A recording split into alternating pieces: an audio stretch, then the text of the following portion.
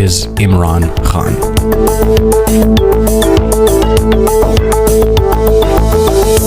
Khan was born in 1952 in Lahore to a well-off Pashtun family. He received an Oxford University education studying politics and economics, but his real passion was sports.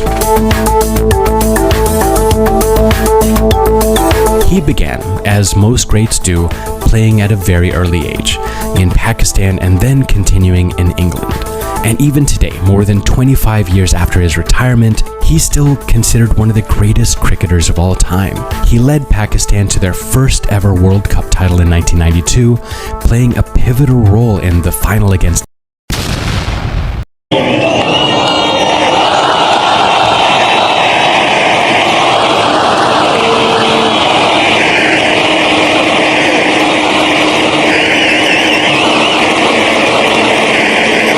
I would just like to say,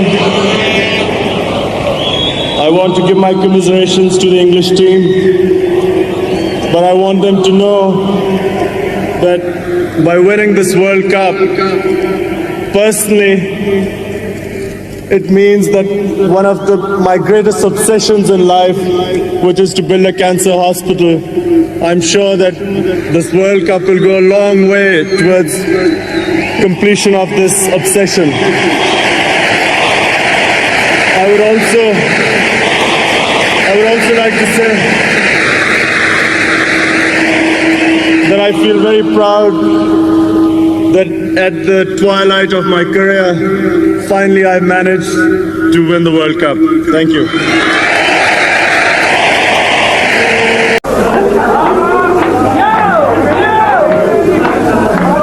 Never did I. In Pakistan, good Muslim girls are not supposed to go crazy, to carry on like Western teeny boppers at a rock concert.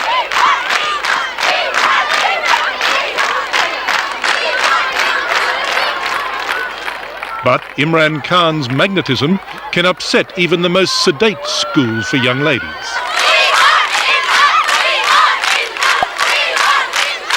Hundreds of them are out there screaming, "We want Imran, we want Imran." And you wouldn't even come out to them. Why? These are Imran Khan's people, the Pathan people, from the northwest frontier. Here in the Khyber Pass, these days the tribesmen use their firearms the way we use fireworks.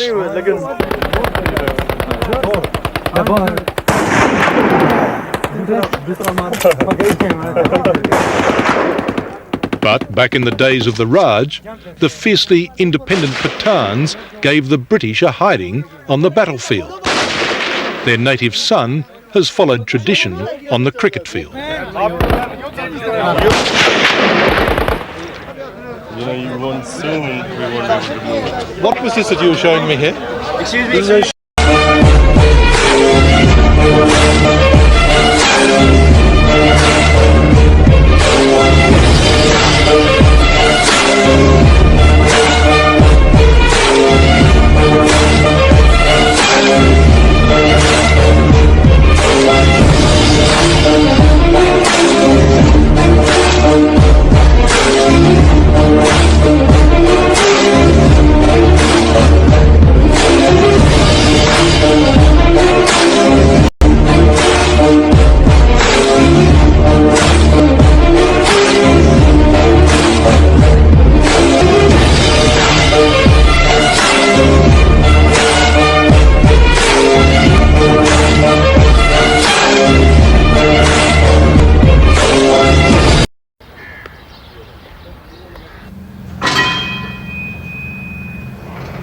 Imran is now nearly 40. Though he says his cricketing career is almost over, he certainly hasn't run out of steam. He's a fierce, courageous and generous sportsman. But these days he's devoting most of his energy to other, more lasting things.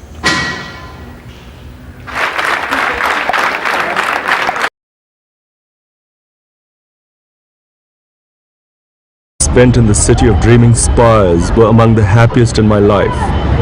This was my first visit in 18 years to Keble College, where I was given a privileged chance to combine sport with study. I owe a lot of it to my tutor, Dr. Paul Hayes. Paul, I know you were responsible for getting me into Oxford. Even though I felt my grades were not that brilliant, but you still took the risk. I want to know why you took that risk. Well, grades aren't everything. About people. People develop. You're a very fine cricketer. You could obviously do a great deal for cricket, university. You see, I actually thought that as long as I could play cricket and just study a little bit, I would get through. But it came as a shock to me that the amount I had to study here was far more than I had even started to to do my A-level exams. Do you really think that you would have enjoyed doing the amount of work you had to do when you were here in Oxford had you not been able to play cricket at the same time? In my last year I worked pretty hard, and I in fact tried to keep a balance between studies and sport as much as it was possible. But then when I look back, I thought that the education I received here was invaluable.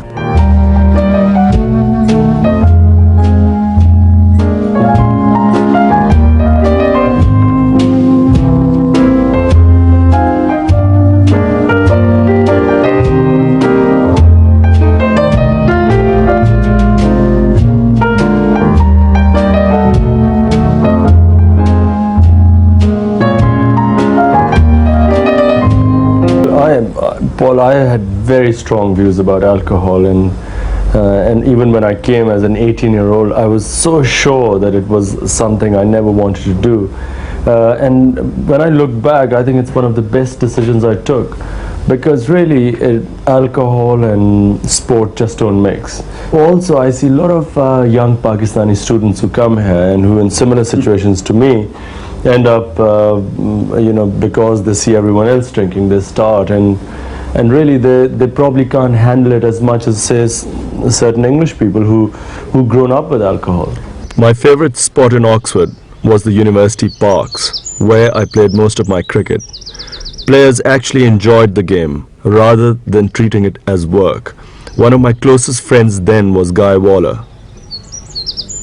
Once I'd left the university, did you feel I would stay in this country so long and that I would still be playing cricket?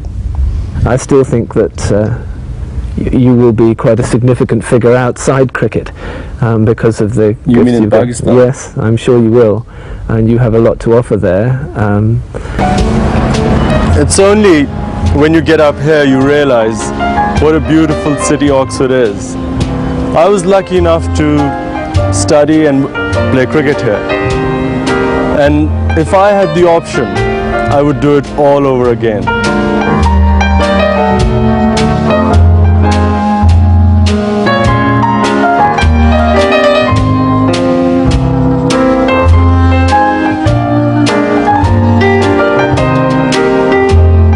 That produces this fantastic urge for girls to beat a path to your door. I have read more about it, quite a few things in your columns, but I don't know whether the girls consider it a lair or anything. I've just tried to make it as comfortable for myself as possible.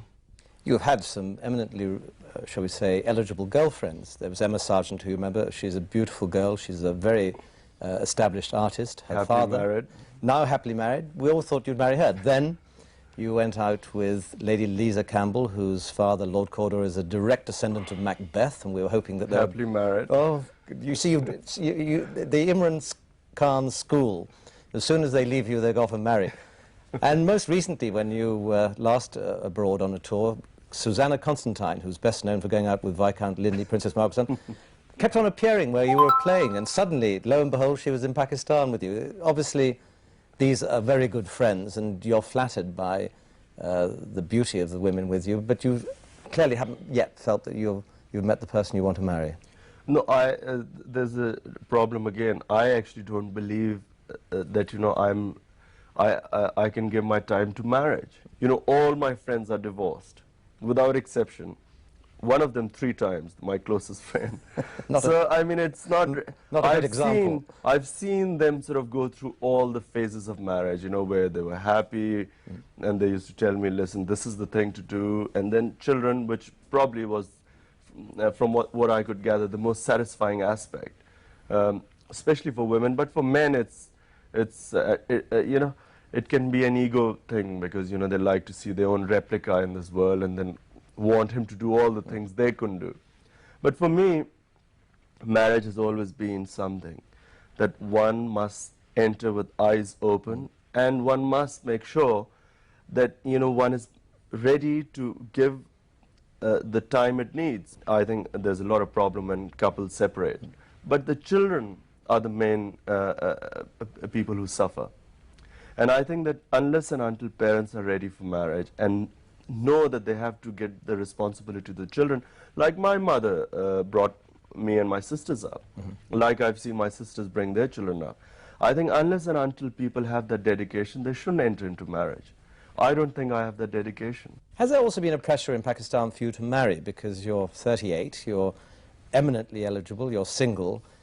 Would, in your mother's days, it would have been perhaps obvious that you would have had to have an arranged marriage? Well, put it this way, in Pakistan, the only way for 99% of the people to get married is an arranged marriage. Did your family actually present you with any suitable fiancés? There was one particular girl my mother used to like a lot, and she was my sister's friend, my younger sister's friend. And so whenever, you know, she used to come to visit my younger sister, my mother always said, look, have a look at her and tell me if you find her attractive. And I used to be so shy, I couldn't look at the girl. Finally, she got married. 10 years later, she came to a birthday party, and my sister asked me to sort of make an appearance there. And it was the first time I saw her 10 years later, and I thought, God, she's really pretty. A missed opportunity. You're obviously a very devout Muslim, you don't drink alcohol. Is it possible that you would marry a European, even an English girl? Well, for a Muslim to marry a Christian or a Jew is quite allowed in the Quran. I mean, it's not... There's no religious... There's no problem as far as religion goes. My problem right now is about marriage itself.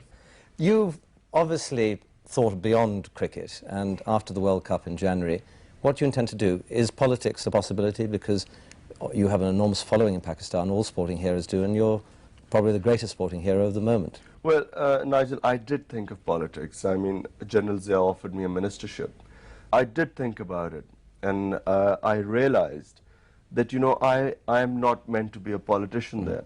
I strongly believe that everyone has a different role in society. If you want to help your society, there are various ways to do it. Not everyone becomes a prime minister to help his country. In fact, ever since my mother died 6 years ago, the only thing I'm doing is a cancer hospital in Lahore. And I have to say that I wasn't born a very charitable person, or I never thought of charities, or if someone had predicted 6 years ago that this is what I would become, you know, I would have thought he was mad. You're half in the East and half in the West, and it's displayed here in your apartment in Chelsea. Where are the paintings from? Most of them are from Pakistan. There are a few from a friend of mine, Emma Sargent. She painted a few. Yeah. In Pakistan, or did she paint them here? No, here, except for one painting there, which is one of an Afghan woman. She resembles very much like my mother, so it's my favorite painting. Your last cricket expedition is going to be the World Cup to Australia and New Zealand. What's going to happen to Imran Khan after that? Well, I hope you're going to win it first, and then afterwards I'm going to launch the biggest fundraising appeal in Pakistan, because nothing would make Pakistanis give money to my hospital more than us winning the World Cup. That's my immediate future. For the long-term future, I've now reached a stage in my life, I've stopped predicting it or planning it, because it never works out the way I planned. Well, if England don't win the World Cup, we fervently hope that Pakistan does, just so that your fundraising will be boosted. Thank you very much, Imran Khan. Thank you, Nigel.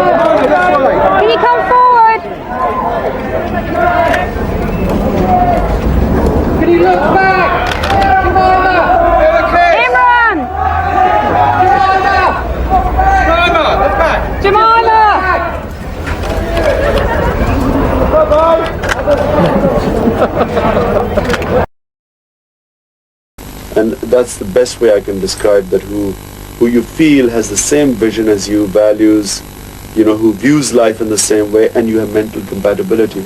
Above all, it's the mind that, it's the meeting of the mind that is the most important thing. Jemima is 21 years younger than Imran Khan. Were her parents concerned about the age gap?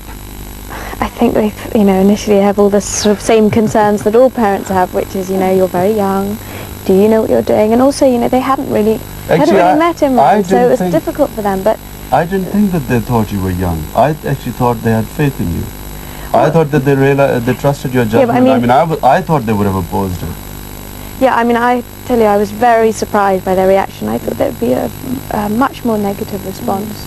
But actually, luckily now they both met Imran, obviously, and they get on very well, and they're very pro the whole thing. Many are sceptical about the marriage working. What does Imran think? You know, in cricket, it's like entering a match and thinking about losing. You cannot win. I mean, you enter a match and you do not think about losing, you think about winning.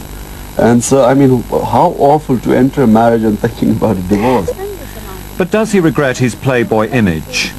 I wish I was born an angel and I would never have committed a sin in my life, but I wasn't. I was born in a society where I was influenced by various heroes, pop stars, you know, when I was growing up. I had a westernized education which removed me from Islam. And how does Jemima face the future as a Muslim wife living in Pakistan? I know it's a big challenge, really, to try and adapt to that kind of culture, but I don't really have any kind of huge fears, because I've been there 3 times for a start, so I know what to